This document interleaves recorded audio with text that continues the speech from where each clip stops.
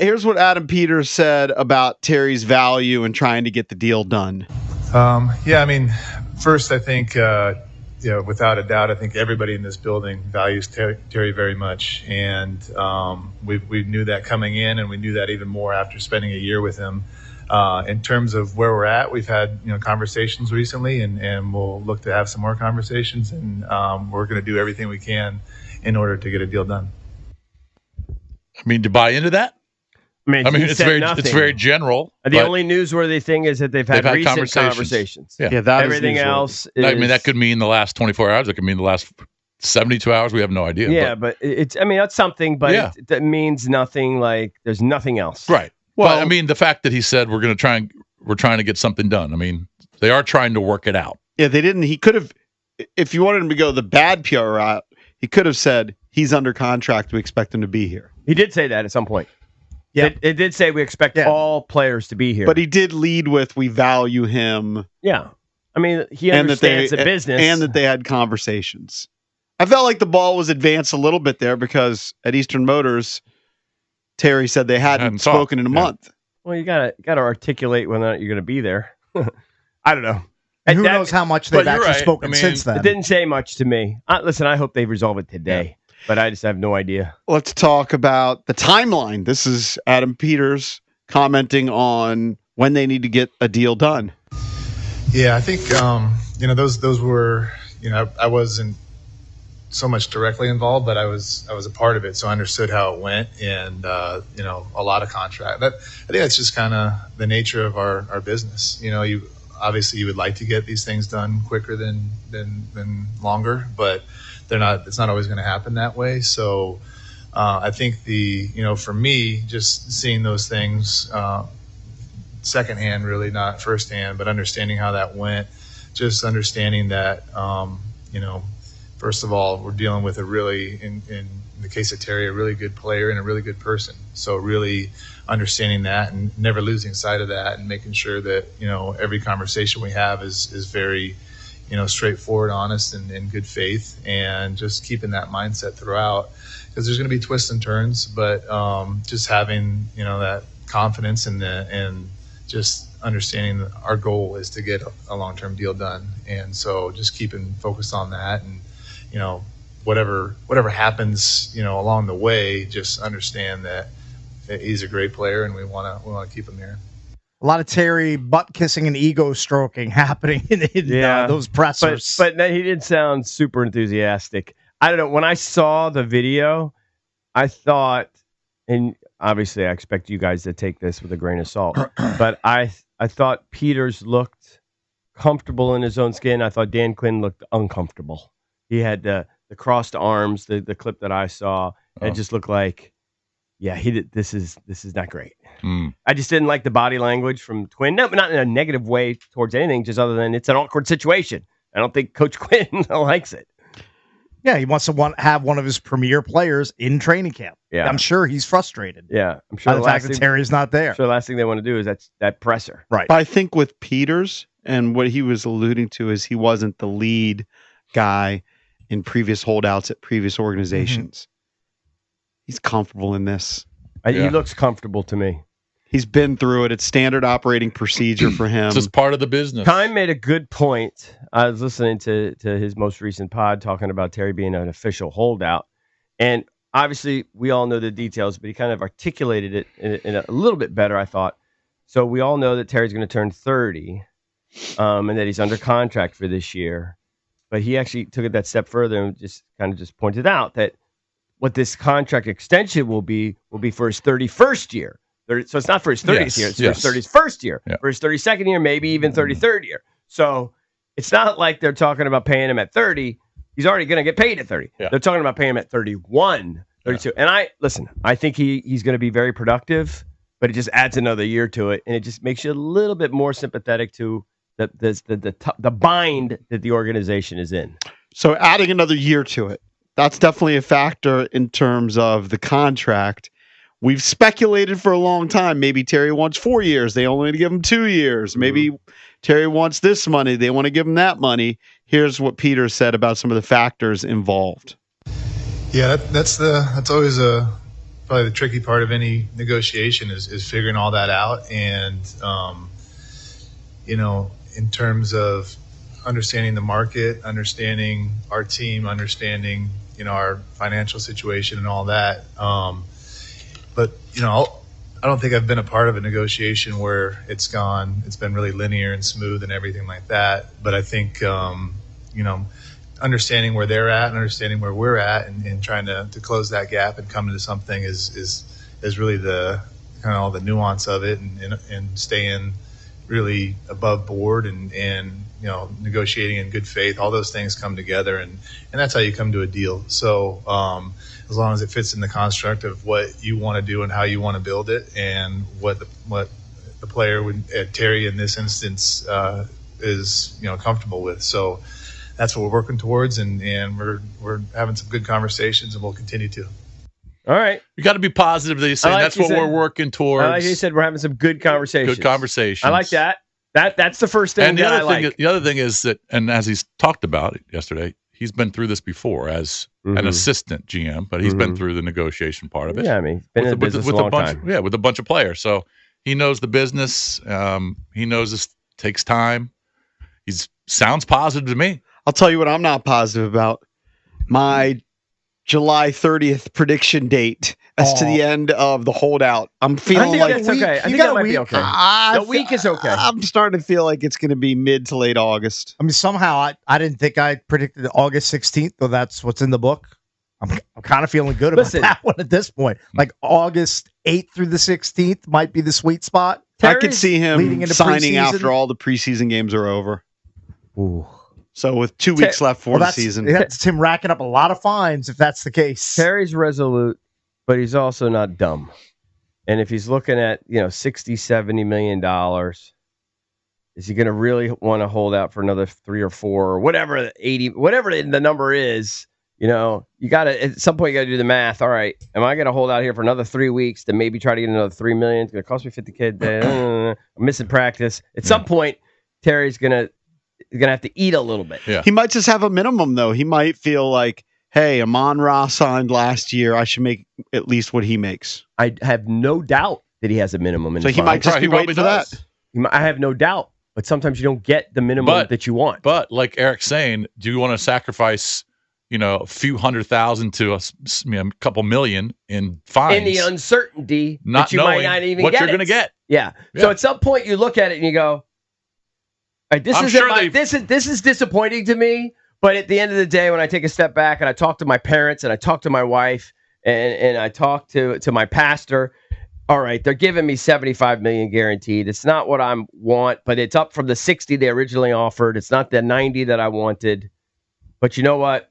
There's generational money here. I'm not going to embarrass my family. I'm gonna cut. If you get 75, whatever the number is, to 80 million guaranteed, his great grandkids are taken care of. Yeah, I mean, at some point he's going to say, I mean, come on. You know what? It's not what I want. Stupid money, but it's beyond what I need, and I just want to play football and be with my boys. At some point, he's going to reach that threshold. I think. Hopefully, it's within the next week. I think. And that's what I think probably what the team's banking on, too. Well, but a lot of us didn't think it was going to get to this point. Oh, totally. Because I don't think they're anywhere close to that yet. My original prediction was July 6th because that's what happened a few years ago. I thought he might miss a couple days. Well, I guarantee that they've done the math. He and Buddy Baker, they've done the math and said, all right, what's our limit in fines? What are we willing to just sit out for? I mean, is it 150 grand? Is it 200 grand? Is it 300 grand? Right, but you just don't know how much more the team's going to budge. It's true. They actually don't have to budge. They're going to get to 150 grand tomorrow. Yeah. Right? Because 50K yesterday, another 50K today if he doesn't sign. Yeah. Like that. What were you going to say, Matt? You seem like you wanted to say I was just going to say, well, that's what the Commanders aren't going to pay. That doesn't mean another team isn't willing to pay that for Terry. Fair, but he would have to wait a year. But the thing is, I don't even think he'll be there because I do think they would franchise him over letting him walk for nothing or some minimum compensation. I think. Well, then he'll. I don't know. What is that, 40 million? Was that franchise number 40 million? No, 30. Oh, it's 30? 30 point something. Oh, it's 30 and a half. Yeah, okay. No, yeah.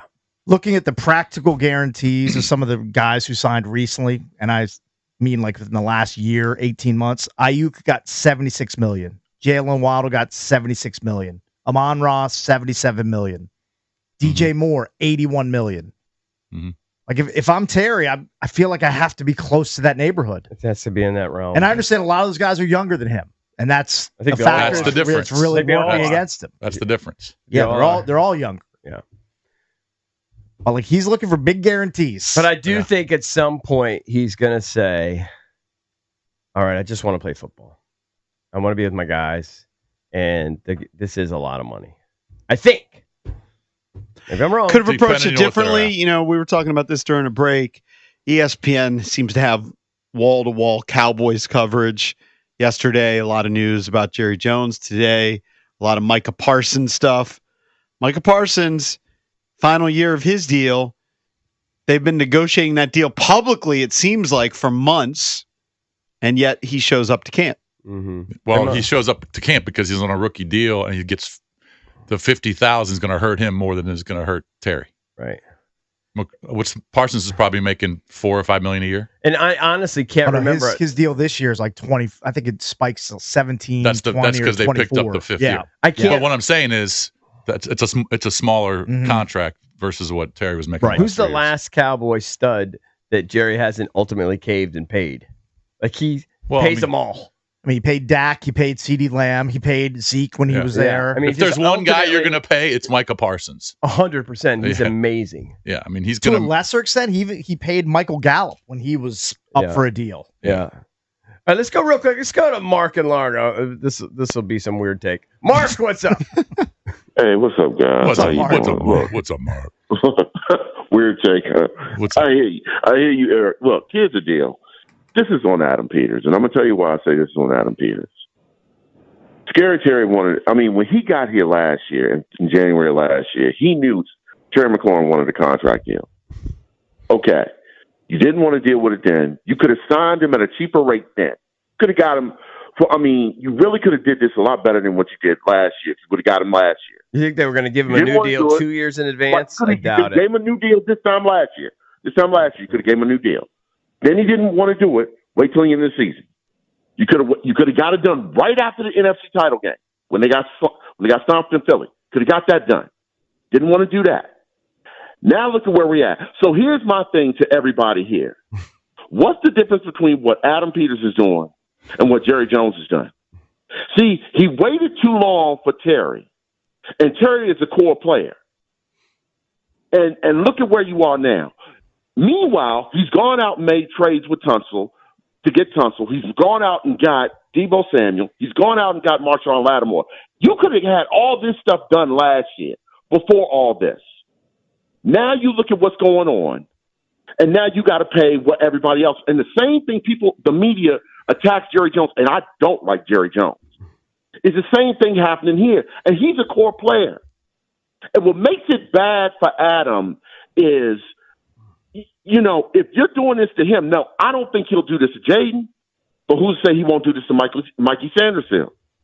Who's to say he won't do this to Newton? Well, you want him to be financially responsible too. You want to give him the leeway to do his job, and that's fine. But you got to get ahead of the game. You are the property manager of a property. Listen, Terry I don't think Terry would have agreed to a deal necessarily last year. He had to have a monster year to put him in this discussion, and he wants to see how the market rises. This is okay, and that's fine. Okay, fine. Then you know what he needs to do now? He needs to get on the phone and call Terry right now and have lunch or dinner with him now. Hey, Mark, I got a question. Mark, you fascinate me. Your confidence is remarkable. What do you do for a living? I'm in the IT field, bro. You're in IT. Actually, I was thinking about that too. His confidence. We we can make fun of him. We can hang up on him. Yeah. He comes to the phone with confidence. I'm glad you asked because I was thinking about this because last week I was driving around and Mark had called into our show in the morning. Yeah. I'm driving around and I think I heard him call Chris Russell. Oh no, he calls everybody. I get it. I was like, what is he doing? No, but he just got a confidence to him. When you work from home, you could do stuff like that. Even if his takes are absurd, like that. He's got a confidence to him. It doesn't mean he's right most of the time, but he's got confidence. Look, when you get to 55, if you don't have confidence at 55, you just never going to have it. Where'd you go to high school, Mark?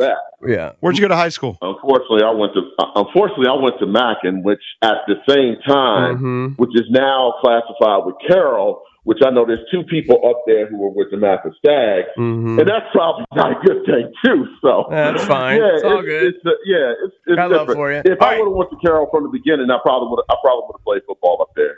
Yeah. Unlike some people who probably should have played basketball at the Master, but someone didn't play basketball at the Master being at 6'5". But we ain't gonna talk about that. All right, Mark. God bless you. Thank you. Thank you, Mark. I got confused at the end. Who was supposed to play basketball? I don't know. I couldn't follow along.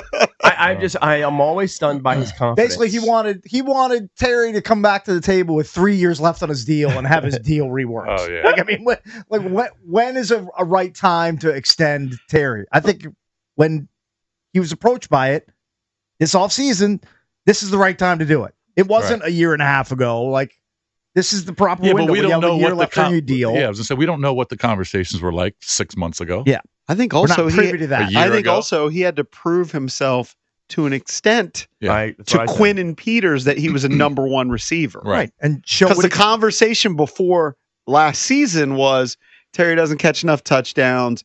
Terry's not in the same class as some of these top receivers, and maybe still people don't put him up there with Jefferson or Chase, but he moved up the rankings for sure. And my argument all along for Terry is his numbers would be 25% higher, if not higher, if he had real legitimate quarterbacks throwing to him from his rookie season. Yeah. Which he hasn't had. All right, let's go to Shane in DC. Shane, what's up, man? You're on with the Junks. What's up, Junks? Hey, it's good to be home, man. Hey, look, here's the thing. Maybe Adam Peters don't think he's really that good and plus he's a number 2 receiver. Maybe he don't want to give a 30-year-old receiver that is probably a number 2 on every. I can name 15 receivers. I love Terry, but I can name 15 receivers right now better than the league than Terry right now. I don't know that you can name 15. You might be able to name 10 or 12, but I don't know if you can name 15. Okay. So you're gonna give you just made my point. So what? 3 spots? You're gonna give a 30-year-old receiver $35 million save. That's what he's asking.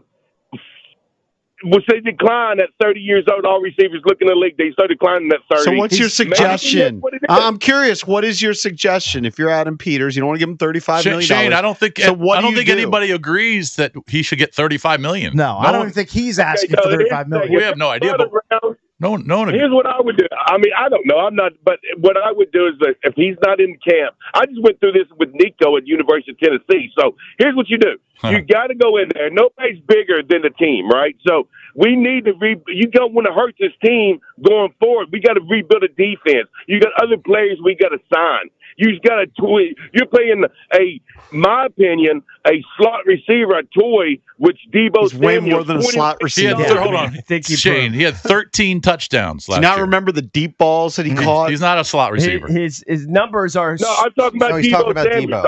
Okay. I'm sorry. So yeah, you got Debo making 21, which is I think is don't get me started on that. But no, we cannot hinder this team going forward. So what would you do? Just not pay him, let him sit out, or just force him? Whatever. Just you're not going to give him a deal. He's making. I would start calling Buffalo. I would start Kansas City and start looking. And what do you want in return? Oh, you get 2 number 1s. You get 2 number 1s. You're not getting 2 Shane. You fell out of bed and hit your head hard. You're not going to get 2 number 1 picks for him. Are you crazy? You wouldn't get 1 number 1 pick right now for Terry McLaurin. What are these people thinking? Yeah. There's just no common sense out there. He's like a slot receiver, but I want 2 1s. Yeah, I got confused. I guess he was talking about Debo. I heard that too. It doesn't matter who he was talking about. He's got no common sense. He wasn't even top 15. Oh my God, these people. Jason's already at his wit's end. Terry McLaurin, because they make no sense. He's making 22.7 this year. So, like him asking for over 30 isn't it's not a crazy ask in the market that he's in right now. And also, I'm not going to entertain this idea that he's not a number 1. It's nonsense. I'm not entertaining that discussion anymore. If you want to say he's on the bottom half, okay, fine. You can have that opinion, but you're not allowed to have the opinion on this show. That he's not a true number 1. 1-800-636-1067 is the number if you want to chime in. We're the Junkies. Coming right back.